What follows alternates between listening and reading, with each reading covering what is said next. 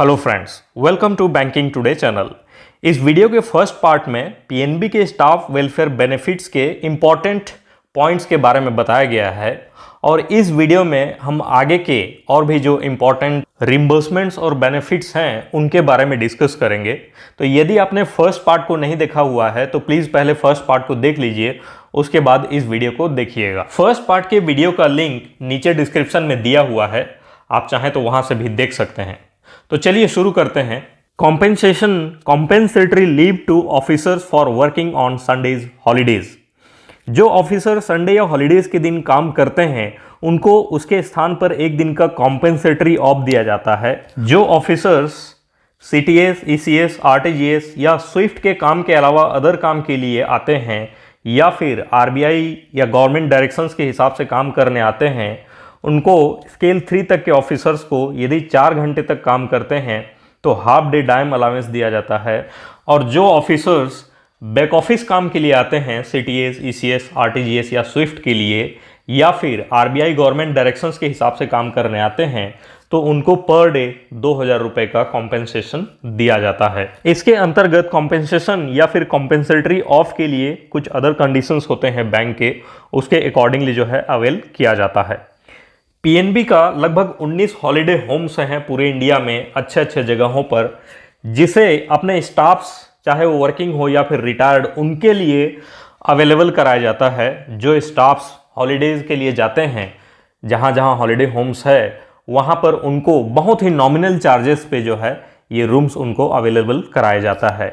जैसे कि serving employees के लिए 50 रुपये पर डे और रिटायर्ड एम्प्लॉयज़ के लिए 10 रुपये पर डे, इस तरीके से उनको अवेलेबल कराया जाता है। और इसका एक अलॉटमेंट प्रोसेस होता है बैंक का, उसके अकॉर्डिंग अलॉट किया जाता है। ठीक वैसे ही बैंक के लगभग 16 गेस्ट हाउसेज हैं जिसे बैंक के सीनियर मैनेजमेंट या फिर एग्जीक्यूटिव लेवल के अधिकारियों के लिए अवेलेबल कराया जाता है बहुत ही नॉमिनल रेट्स में। अब बात करते हैं पीएनबी के ऑफिसर्स के लिए लीज्ड अकोमोडेशन फैसिलिटी के बारे में। वैसे तो सभी नेशनलाइज्ड बैंक्स के द्वारा अपने ऑफिसर्स को लीज्ड अकोमोडेशन जो है अवेलेबल कराया जाता है और उनका अलग अलग इंटाइटलमेंट अमाउंट्स होते हैं। यहाँ पर पीएनबी का जो है ये इंटाइटलमेंट अमाउंट अवेलेबल है जो कि स्केल 1 से लेकर स्केल 8 तक के अधिकारियों के लिए दिया हुआ है, सिटी वाइज, कैडर वाइज। आप चाहें तो वीडियो को पॉज करके देख सकते हैं। नेक्स्ट है हॉल्टिंग अलाउंसेस के बारे में। ऐसे ऑफिसर्स जिनका ट्रांसफ़र हुआ होता है प्रमोशन के वजह से या फिर एडमिनिस्ट्रेटिव ट्रांसफ़र्स, तो उनको 15 दिन तक का जो है हॉल्टिंग अलाउंस दिया जाता है। अगला है reimbursement of expenses for travel on duty.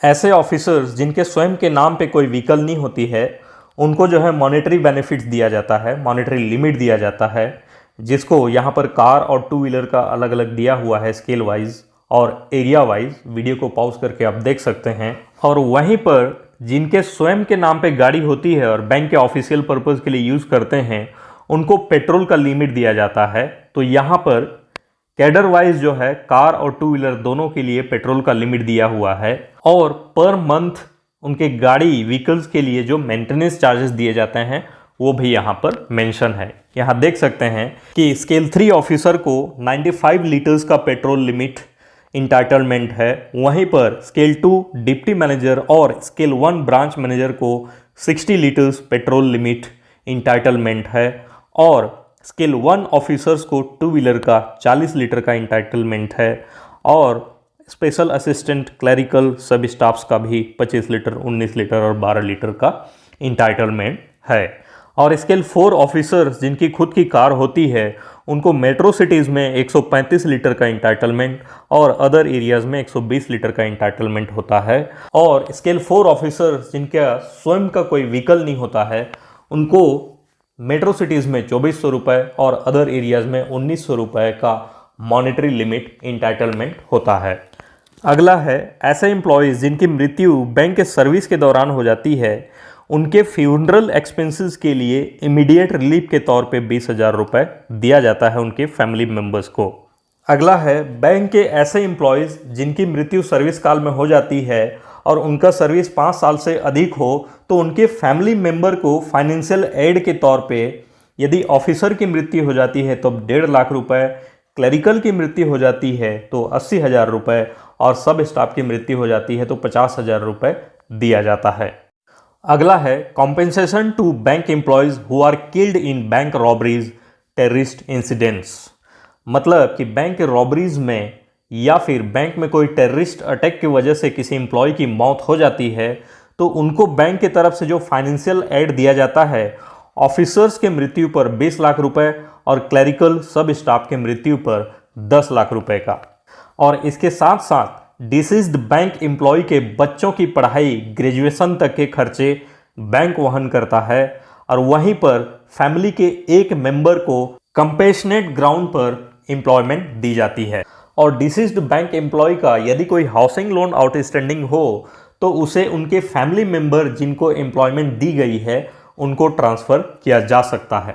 और यदि कोई बैंक एम्प्लॉय रॉबरी होने से बचाया हो और जिंदा बचे हों तो उनको 2 लाख रुपए तक का कैश रिवार्ड दिया जाता है। और इसके साथ साथ आउट ऑफ टर्न प्रमोशन भी बैंक के नियम के अकॉर्डिंगली दिया जा सकता है। और यदि बैंक में रॉबरी के दौरान या फिर टेररिस्ट अटैक के दौरान किसी भी एम्प्लॉय को किसी प्रकार की यदि इंजरी हुई हो तो उसके मेडिकल एक्सपेंसेस जो है बैंक के द्वारा वहन किया जाता है। अब अगला है ऐसे एम्प्लॉई जिनकी मृत्यु जो है बैंक के सर्विस के दौरान हो जाती है तो उनके फैमिली मेंबर को एक्स ग्रेशिया मतलब लमसम अमाउंट का फाइनेंशियल असिस्टेंस देना। डिसीज्ड बैंक एम्प्लॉय के फैमिली मेंबर्स को एक्स ग्रेशिया मतलब लमसम अमाउंट तब दिया जाता है जब उनके फैमिली के किसी मेंबर को कंपेशनेट ग्राउंड पे कोई एम्प्लॉयमेंट ना दी गई हो। और एक और क्राइटेरिया है इसमें, यदि फैमिली के मंथली इनकम जो डेथ हुए एम्प्लॉय के ग्रॉस सैलरी के 60% से कम हो तब उनको एक्स ग्रेशिया जो है इंटाइटलमेंट होता है। और इस एक्स ग्रेशिया का मैक्सिमम अमाउंट जो सीलिंग है उसमें सब स्टाफ के मृत्यु पर 6 लाख रुपए, क्लरिकल स्टाफ के मृत्यु पर 7 लाख रुपए और ऑफिसर स्टाफ के मृत्यु पर 8 लाख रुपए का इंटाइटलमेंट होता है। आगे है residential staff furniture facility guidelines का, जिसके तहत बैंक के ऑफिसर्स को पूरे सर्विस काल में एक बार जो है स्टाफ फर्नीचर फैसिलिटी दिया जाता है, जिसका अमाउंट यहाँ पर स्क्रीन में दिखाया गया है। ऑफिसर को 1,75,000 रुपये, डिप्टी मैनेजर को भी 1,75,000 रुपये, मैनेजर को 2 लाख रुपये, सीनियर मैनेजर को 2,25,000 और चीफ मैनेजर को 2,30,000 प्लस एक एसी का कॉस्ट।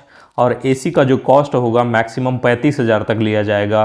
वहीं पर एजीएम को 2,60,000 रुपये प्लस 1 एसी, डीजीएम को 3,45,000 प्लस 1 एसी, जीएम को 4,80,000 प्लस 2 एसी और सीजीएम को 6 लाख प्लस 2 एसी का एसएफएफ इंटाइटलमेंट होता है। इसके लिए एलिजिबिलिटी क्राइटेरिया है, डायरेक्टली रिक्रूटेड ऑफिसर्स के लिए उनके on the job training complete होने के बाद एलिजिबल होंगे और जो प्रोमोटेड हैं वे प्रमोशन डेट से एलिजिबल हो जाते हैं।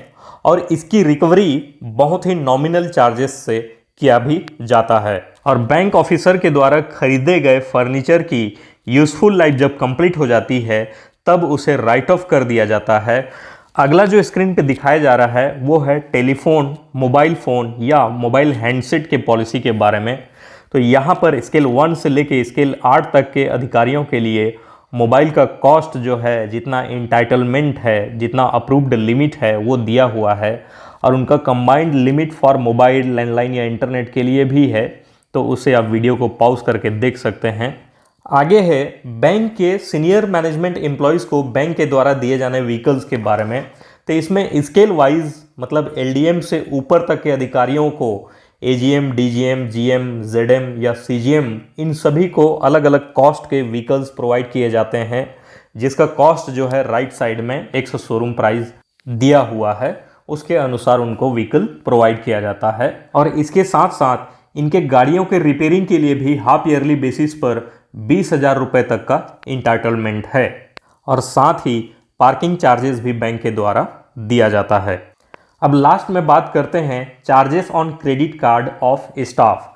मतलब पीएनबी का ही क्रेडिट कार्ड यदि पीएनबी के ही स्टाफ्स यूज़ कर रहे हों तो उसका जो आउटस्टैंडिंग बैलेंस है ड्यू डेट के बाद उसमें लगने वाला इंटरेस्ट केवल 1.5% पर मंथ लगता है, जबकि अन्य किसी बैंक का या फाइनेंशियल इंस्टीट्यूशन का क्रेडिट कार्ड यूज़ करेंगे तो 4 से 4.5% तक का पर मंथ का इंटरेस्ट लगाया जाता है।